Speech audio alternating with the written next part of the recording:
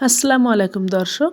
এই শীতের সকালে এই রকম ধোয়া ওঠা গরম গরম সবজি খিচুড়ি খেতে কে না পছন্দ করে। আমি আজকে শীতের অনেক রকম সবজি দিয়ে একটা খিচুড়ির রেসিপি শেয়ার করব।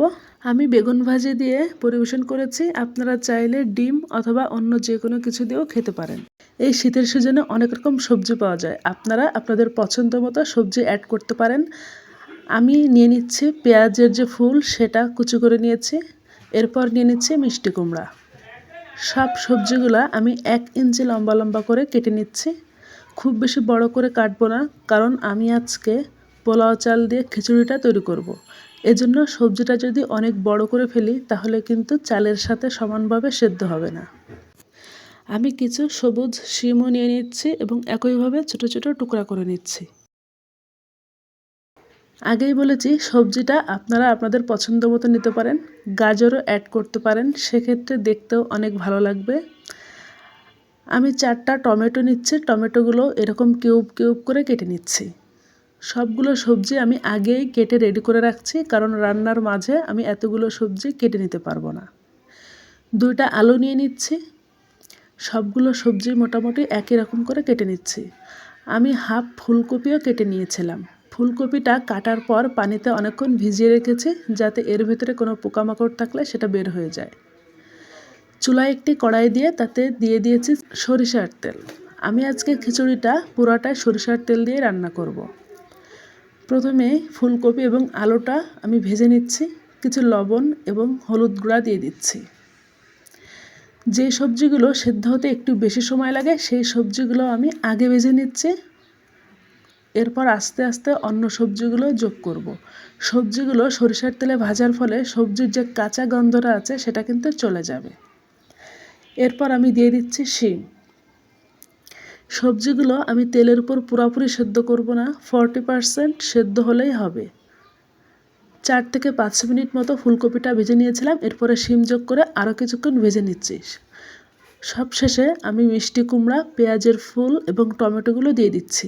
এগুলো সেদ্ধ হতে খুব বেশি সময় লাগে না, এই জন্য শেষ মুহূর্তে দিচ্ছি। এগুলো আমি 4-5 মিনিট মতো নেড়ে নিচ্ছি।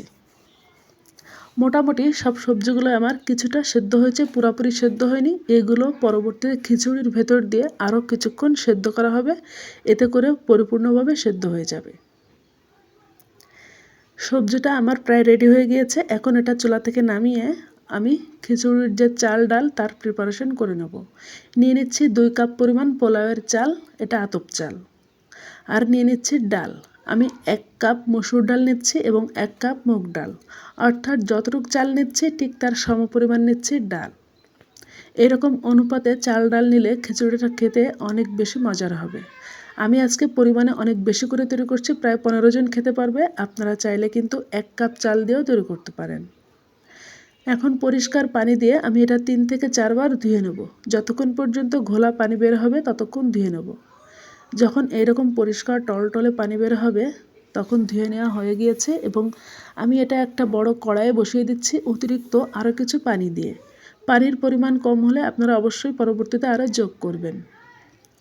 এখন কোনো রকম তেল, লবণ, হলুদ ছাড়া আমি এটা চুলায় বসিয়ে দিয়েছি।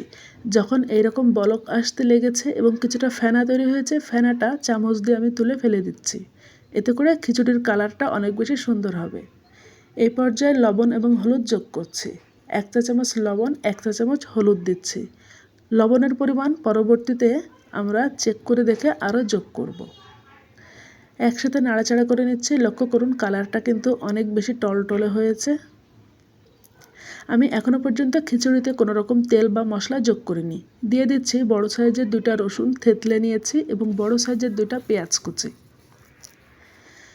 এখন আমি নেড়েচেড়ে পেঁয়াজ এবং রসুনটা মিশিয়ে দিচ্ছি এবং এই চালটা অল্প আঁচে সেদ্ধ হতে থাকুক।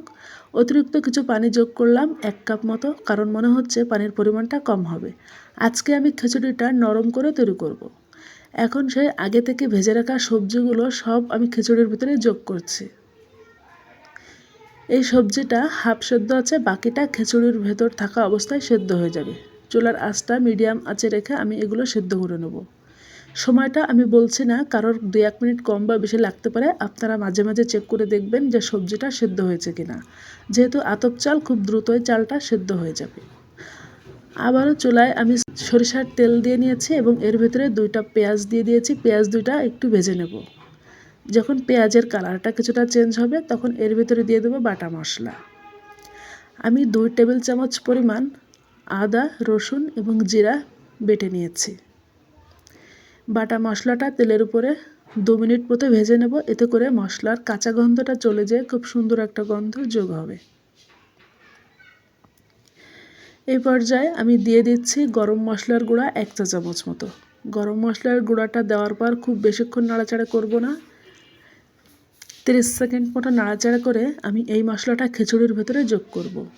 এর ভেতরে কিছুটা খিচুড়ি দিয়ে নেড়েচেড়ে মশলাটা আমি খিচুড়ির ভেতরে অ্যাড করছি।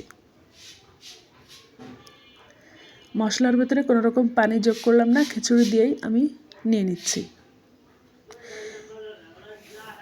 মশলাটা যোগ করার ফলে খিচুড়ির স্বাদ কিন্তু অনেক গুণেই বেড়ে যাবে। আমার খিচুড়ির রান্না প্রায় শেষের দিকে। এখন এই মশলাটা খিচুড়ির সাথে খুব ভালো করে মিশিয়ে নেব। আপনারা কেউ যদি মরিচ খেতে পছন্দ করেন এই পর্যায়ে কাঁচা মরিচ যোগ করবেন, তবে আমি মরিচের পরিমাণ কিছুটা কম দেব। আমি দিয়ে দিচ্ছি 5-6টা কাঁচামরিচ ফালি এবং কিছুটা মটরশুঁটি যেটা আছে সেটা, এটা সেদ্ধ করা। যেহেতু সেদ্ধ করা, আমি খিচুড়ির রান্নার শেষ পর্যায়ে যোগ করছি। আপনাদের কাছে কাঁচা মটরশুঁটি হলে শুরুতেই যোগ করবেন। নাড়াচাড়া করে মিশিয়ে নিচ্ছি এবং এই পর্যায়ে যদি আপনাদের সবজিটা সেদ্ধ হয়ে যায় চুলাটা নিভিয়ে দেবেন এবং লবণটা চেক করে অতিরিক্ত লবণ যোগ করবেন।